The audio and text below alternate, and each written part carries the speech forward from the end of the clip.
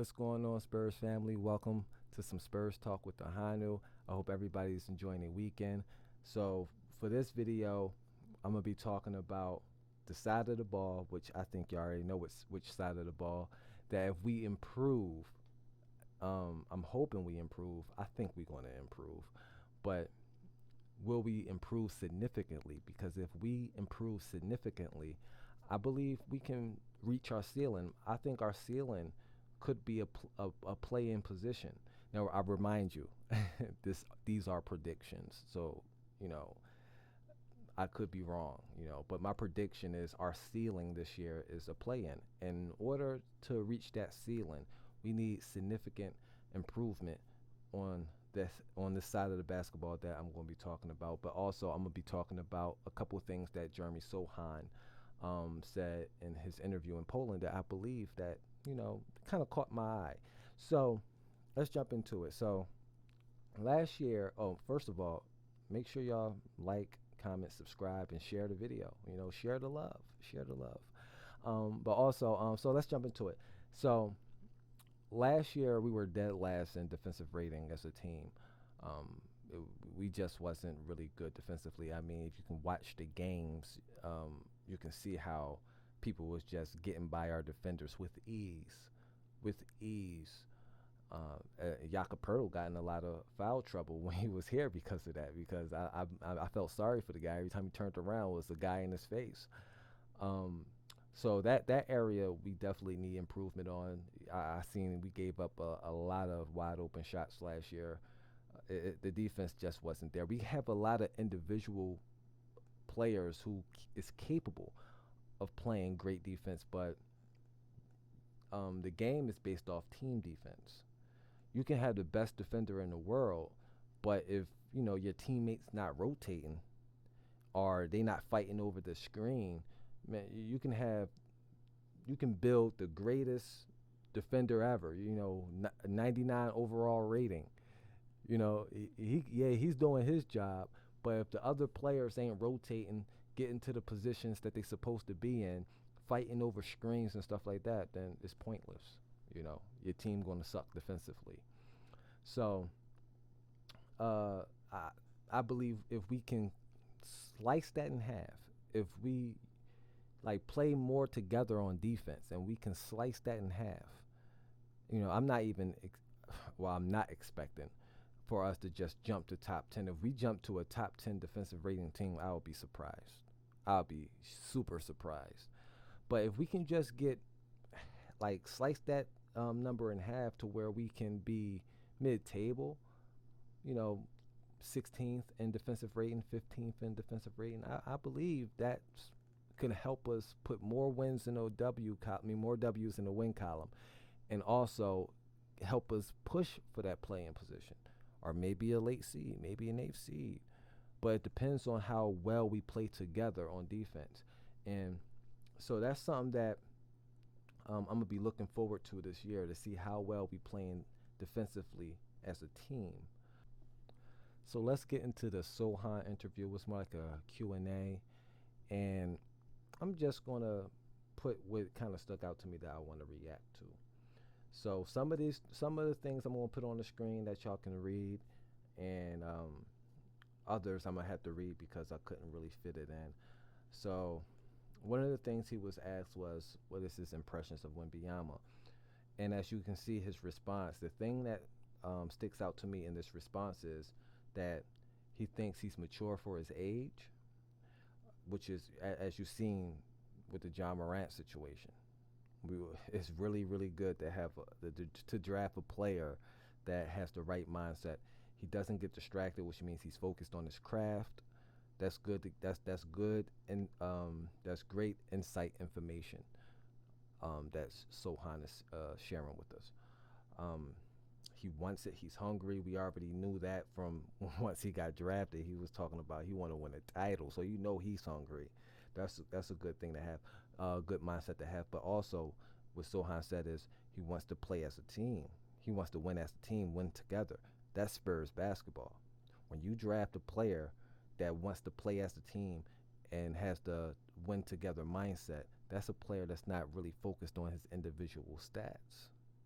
So we have a player that's not going to go out there thinking about getting his. He's thinking about winning. That's a winning mindset. That's a Tim Duncan mindset. That's a David Robinson mindset. It's doing what's best for the team. That's a Manu Ginobili. I think he's the most, he's the most prime example of sacrificing for the team. And for him to say, for the Sochan to share with us that he has a mindset of winning together, that's refreshing to hear. I like that. And also, obviously, that's the goal. Is hope not the goal, but that's the prayer that everybody remains healthy. And the fact that he mentioned we are going to try to work hard to play as a team. Now he's not talking about victory. He's talking about the whole squad, the whole roster. And if this roster, this team, definitely the core guys, is accepting that concept of team, that is a great sign. Because when they develop together, if we keep the core guys together and as we developing, we could be a force again. We can be a force again, and that's good to hear. And so let's go into the next question he was asked. The next question he was asked is, how is your fit with Wembanyama in the front court? And Sochan's response is, it's going to be scary. The potential on both sides is endless, and I agree. But remember what I said earlier, team defense. They can be great defensively. But the team has to play together like a well-oiled machine. So I agree. With them two there, it gives us a good chance to play great team defense. It gives us a great chance to play great team defense. We have a player that can guard the rim. And also they can switch. Wembanyama he can hold his own a little bit on a pick and roll situation. So if he gets stuck on a player like a guard or something, I mean, he can hold his own. He's not going to be guarding guards all day. Obviously, he will lose that matchup. But we wouldn't be kind of worried if he gets stuck out there on the island once in a while. And we all know Jeremy Sochan can guard positions from 1 to 5. So he got a point. It is going to be scary. But we also have to remember, what are the other guys doing on the floor? Because team defense is the key. But let's continue what he said, because it's not on the screen. He said, I think it's going to be scary. Defensively, it's going to be hard to score against us. We are long, we are pesky.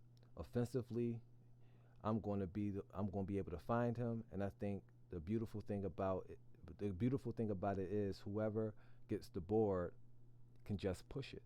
That's true. They both great ball handlers. They can just get the rebound and start the offense. There's no need to pause after getting a defensive board. The way we want to play is whoever gets it, you run. You dribble the ball up. It's going to make everything so much easier. It's going to make it flow more. I think the potential on both sides is endless. And he's right. When you have multiple players who can push the ball up, you don't have to pause and get the rebound and look for the guard. You get the rebound, you push it up the floor, as we seen with out there in Denver with the Joker. You get the rebound. My camera went out, so I'm gonna have to do the rest of this. with no camera. Sorry about that.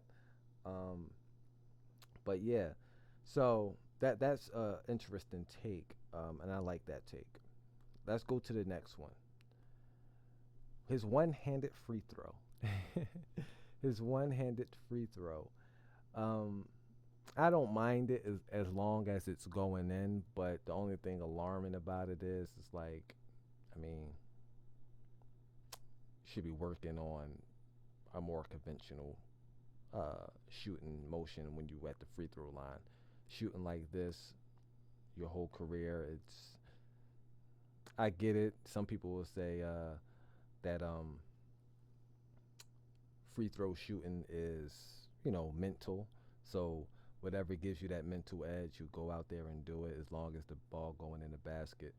But that was kind of alarming to me. It's kind of alarming. And what else is alarming is the next thing about his improvements. His improvements. They asked him what his biggest improvement, and he said his role might change a little bit. But the part that concerns me is he didn't mention anything about shooting. That's the biggest thing he needed to improve on. That's the biggest thing he needed to improve on is his shooting. And he didn't even mention it. He didn't even mention it. I'm concerned that he didn't improve a bit. I'm concerned that his shooting is still not getting better from the outside. It got better over the course of the season, but I was hoping that he would mention he's more confident shooting the basketball.